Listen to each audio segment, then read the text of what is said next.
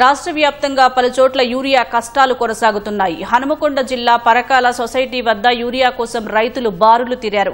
Urea వచ్చిందన్న సమాచారంతో టోకెన్ల కోసం తెల్లవారుజాము నుంచే క్యూ లైన్లో పడిగాపులు కాస్తున్నారు.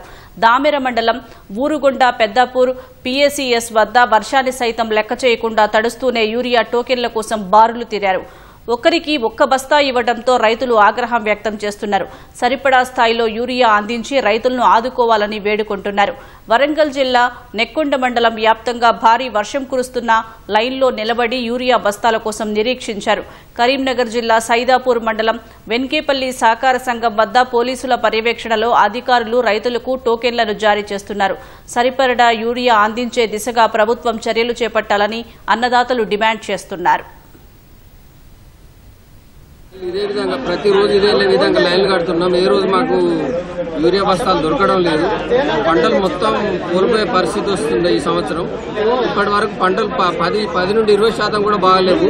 ఇదే విధంగా యూరియా బస్తాలు ఫ్రీ కాకపోతే పంటలు ఈ సంవత్సరం ఖరీఫ్ పంట మొత్తం కోల్పోయే ప్రమాదం ఉంది.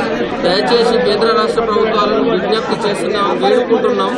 మా రైతాంగం తరఫున ఖచ్చితంగా ఈ వారం లోపల యూరియా నిల్వలు సరిపడా ఉమ్మడి వరంగల్ జిల్లాకు అందించి రైతాంగాన్ని ఆదుకోవాలని విజ్ఞప్తి చేస్తున్నాం.